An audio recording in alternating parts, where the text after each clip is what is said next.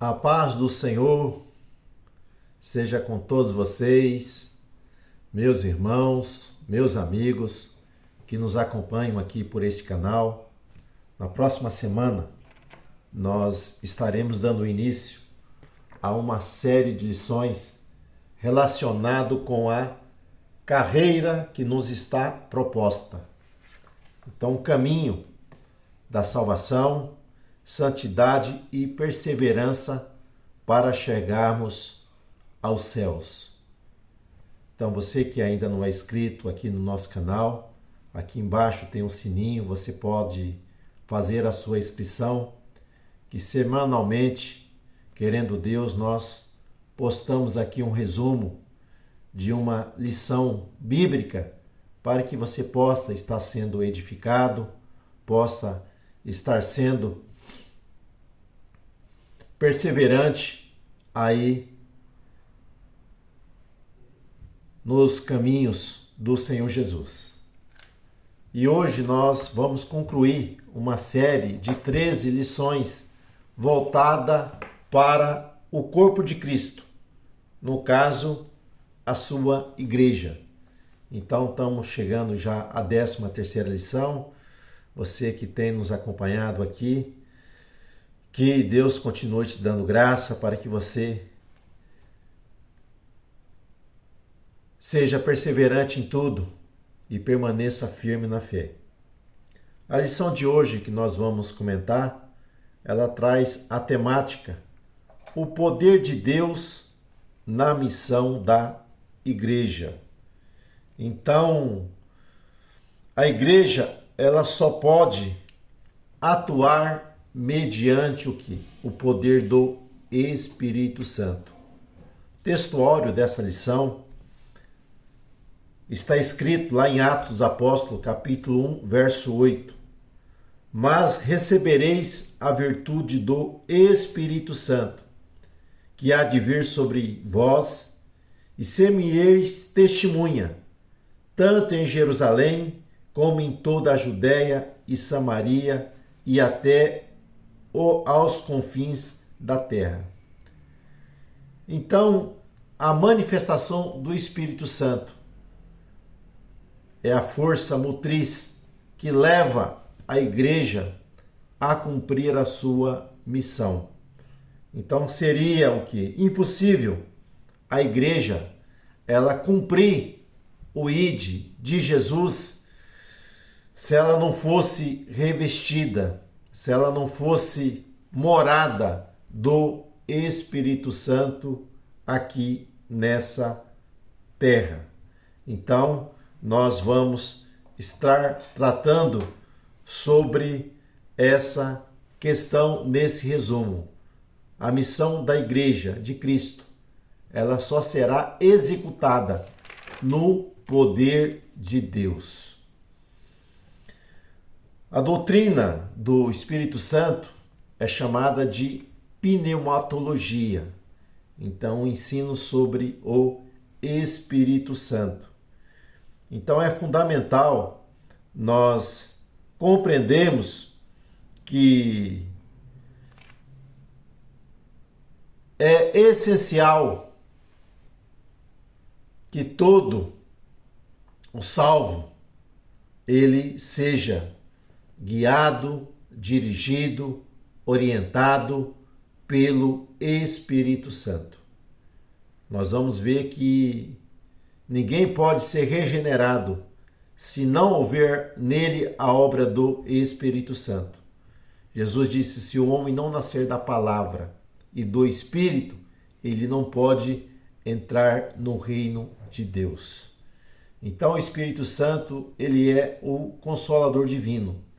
Jesus disse: se eu não for para o Pai, o Espírito Santo ele não virá, Mas se eu for, quando eu for para o Pai, eu enviarei o que? O outro, O allos no grego, aquele que é da mesma essência, que é da mesma espécie, que é o Paracleto divino, para estar conosco, para nos ensinar, para nos orientar toda a verdade, porque o Espírito Santo é o Espírito da verdade. Então, na nossa primeira introdução, é a doutrina do Espírito Santo segundo o evangelista Lucas.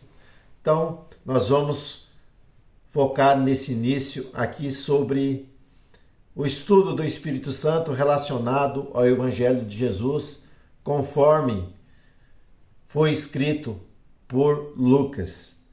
Então, o Evangelho, ele começa a ser anunciado pela pessoa de Jesus Cristo, após ele ser revestido pelo Espírito Santo. Embora Cristo se encarnasse, se fizesse gente, se fizesse homem como um de nós, e não houvesse nele pecado, nós vamos ver que Jesus, sendo 100% homem e 100% Deus, ele não vai usar o que? As suas prerrogativas divinas para vencer o pecado, para vencer a influência do mal, para executar a obra salvífica ali na cruz do Calvário. Então Jesus, ele não usa as suas prerrogativas, mas nós vamos ver que ele vai ser revestido, capacitado, orientado, guiado pelo Espírito Santo para que venha cumprir a missão estabelecida pelo Pai, que é trazer a salvação a todos os homens. Então, quando Jesus é batizado ali por João Batista, nós vamos ver que o céu vai se abrir e o Espírito Santo vai descer sobre o nosso Senhor e Salvador Jesus Cristo, e ali ele vai iniciar o que? O seu ministério, aonde o Espírito Santo o leva para o deserto, para ser ali provado, para ser ali testado, para ser ali tentado pelo o nosso inimigo de nossas almas, que é o diabo, o nosso adversário. E Cristo vai vencê-lo ali durante esse desafio, ali no deserto, durante esses 40 dias, na revestimento do Espírito Santo, ele vai alcançar a vitória. E logo após a vitória sobre o tentador, nós vamos ver que ele vai até uma sinagoga. E ali ele vai abrir o livro do profeta Isaías e vai trazer aquela profecia que Isaías profetizou cerca de 750 anos antes do advento ali do Messias, onde Jesus vai usar a expressão lá de Isaías, né? Que o Espírito do Senhor está sobre mim, para anunciar o que? O ano aceitável do Senhor, curar os enfermos, os quebrantados de coração, né? Dar vista aos cegos, aos mudos. Jesus vai dizer que essa palavra se cumpre ali naquele dia nele. Então Jesus vai cumprir o seu ministério ali no revestimento, né, do Espírito Santo sobre a sua vida. E após o que? A sua ascensão ao céu, nós vamos ver que Jesus vai trazer a expressão lá de Atos capítulo 1, verso 8, aonde Jesus vai dizer: mas recebereis o que? O poder do Espírito Santo, que há de vir sobre vós, e ser-me-eis testemunha, tanto em Jerusalém, como em toda a Judéia, Samaria e até aos confins da terra. Então Jesus deixa bem claro ali para os seus discípulos que eles só seriam capacitados para serem testemunha e levarem o evangelho àqueles que estavam em Jerusalém, ali na região da Judéia, Samaria e até os confins da terra, se fossem revestidos, capacitados pelo Espírito Santo. Então, a missão para ser cumprida, para ser executada, era necessário que eles fossem ali batizados pelo Espírito Santo. Então nós entendemos que batismo é o que? É um mergulho. é uma imersão. Então, eles precisavam serem mergulhados, totalmente guiados, controlados pelo Espírito Santo, para que pudesse vencer as hostilidades ali de um mundo cruel, de um mundo sem Deus, de uma cultura corrompida pelo pecado. E eles serão ali impactados pelo poder do Espírito Santo. Somente assim eles completariam ali a missão de Cristo. Eles não tinham outra opção a não ser estar buscando a Deus para que fossem o quê? Revestidos, fossem ali capacitados pelo Espírito Santo. O enchimento do Espírito Santo como uma experiência concreta. Embora que nós vamos tratar aqui da pneumatologia relacionada com o Evangelho de Lucas, mas nós precisamos trazer também uma outra definição, o que? De Paulo, relacionado ao enchimento do Espírito Santo. Então, Lucas, quando trata de ser cheio do Espírito Santo, Lucas, ele está falando de uma capacitação, de um revestimento do Espírito Santo para o serviço e a mordomia cristã. Então, deixa isso bem evidente no Evangelho de Lucas e também no livro de Atos Apóstolos, que o revestimento de poder é uma capacitação para o serviço e para a mordomia cristã. E Paulo, por outro lado, vai dizer que ser cheio do Espírito Santo está relacionado com o caráter que há em Cristo. São virtudes da qual vão demonstrar o nosso caráter. As pessoas conhecerão o que? Aquilo que nós somos por aquilo que nós praticamos. Então, ser cheio do Espírito Santo, segundo Paulo, é ter um caráter transformado. É ter o que? Uma vida ali moldada pelo Espírito Santo e viver em santidade. Então, logo, ser cheio do Espírito Santo, a pessoa ela é envolvida com o trabalho da igreja e é também manifestada nela um caráter semelhante ao de Cristo, aonde ele não anda mais na prática do pecado. Então era necessário, os discípulos já haviam sido ali revestido no sentido de receberem ao Espírito Santo. Só que era necessário eles terem uma capacitação, um revestimento de poder para que realizasse a obra estabelecida por Cristo, de anunciar o Evangelho a todas as pessoas, de ensinarem a verdade para que as pessoas viessem a andar ali segundo o Evangelho pregado pelo nosso Senhor e Salvador Jesus Cristo. Então, a maioria dos estudiosos que estudam o livro de Atos Apóstolos, eles vão dizer, que ser batizado com o Espírito Santo é inicialmente notado através da manifestação do falar em línguas estranhas. É bom nós separarmos aqui os dons espirituais do batismo com o Espírito Santo e com fogo, porque algumas pessoas vão achar que a pessoa só terá fruto se ela for batizada com o Espírito Santo e com fogo. E não é isso.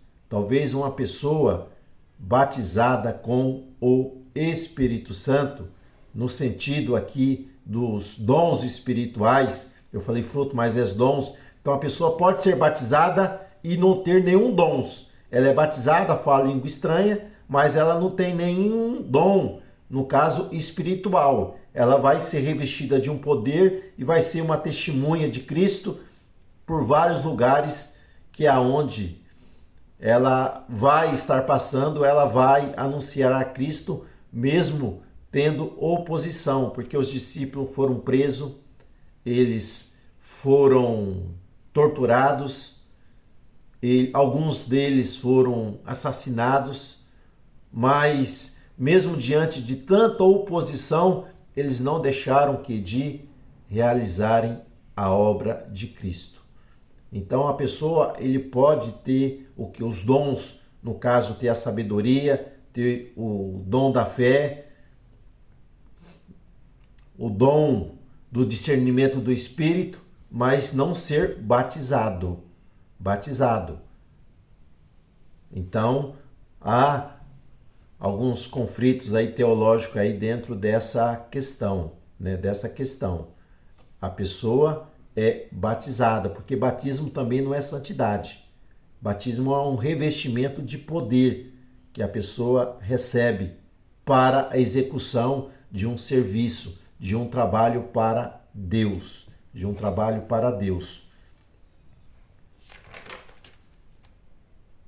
Então o Espírito Santo é o que capacita, e nós vemos isso, essa capacitação. Vamos usar um exemplo, Pedro. Pedro, antes de ser revestido, de ser ali batizado com o Espírito Santo, nós vamos ver que diante de algumas testemunhas, Pedro vai negar Jesus por 3 vezes, né? E depois de ser batizado, nós vamos ver que ele vai passar por várias situações ali difíceis, mas ele não vai renunciar a Cristo, nem o seu evangelho. Vai manter firme ali, não tendo a vida dele como preciosa, mas que Cristo seja anunciado a todas as pessoas. E nós temos que entender, meus irmãos, que o batismo com o Espírito Santo, o revestimento de poder, ele não é para um grupo seleto, ele é para todas as pessoas que invocarem a Cristo. Todos aqueles que foram regenerados, foram salvos, todos eles são alvos de serem batizados, serem revestidos com o poder de Deus na sua vida para cumprir o quê? A sua missão de ser uma testemunha verdadeira do Senhor Jesus Cristo. Então, todos são chamados para que venham a ser impactados, alcançados por esse revestimento do poder que vem do alto, Então a igreja, ela só vai cumprir a sua missão porque ela foi revestida, ela foi ali capacitada pelo Espírito Santo para realizar a obra de Cristo, a missão de Cristo aqui nessa terra. E o terceiro ponto, o nosso comentador aqui, ele fala o Espírito Santo como fonte o quê? Geradora de missões. Lá em Atos Apóstolos, capítulo 13, nós vamos ver que a igreja ela estava reunida ali em um culto, em oração, buscando ao Senhor em jejum, e nós vamos ver que o Espírito Santo ele vai falar, né? Separai o que? A Saulo e a Barnabé e a Saulo para a obra missionária. Nós vamos ver que ele vai falar e ele vai enviar esses missionários ao campo para fazer missão transculturais em outros lugares, em culturas diferentes daquela em que eles estavam vivendo. Então, o envio de missionários só pode ser realizado, né, por orientação do Espírito Santo. Nós vamos ver que Atos do Apóstolo, Lucas vai deixar bem claro que por onde eles andavam, eles eram orientados, eles eram guiados pelo Espírito Santo. É por isso que Paulo, ele deixa a expressão lá em Romanos: os filhos de Deus são guiados, são dirigidos pelo Espírito Santo. Que eu e você possamos entender essa verdade, que nós somos totalmente dependentes do Senhor e precisamos do divino Espírito Santo para guiar os nossos passos, para nos orientar como é que nós devemos proceder diante dos nossos encontros, o que devemos fazer naquilo que é colocado em nossas mãos de uma maneira que o nome de Deus seja glorificado diante de todas essas atividades que nós temos que fazer, ou seja, na igreja, ou seja, na família, ou seja, no trabalho, ou seja, onde quer que nós venhamos estar, que nós sejamos revestidos, capacitados pelo Espírito Santo para que o nome de Deus seja glorificado em todas as coisas. Então, quero agradecer você que tem nos acompanhado, que tem sido aí um instrumento de bênção para a sua família, para a sua igreja, para onde que você possa estar andando, Deus possa estar te usando. Então, até um próximo encontro, até uma próxima oportunidade, Deus assim permitindo, fique na paz.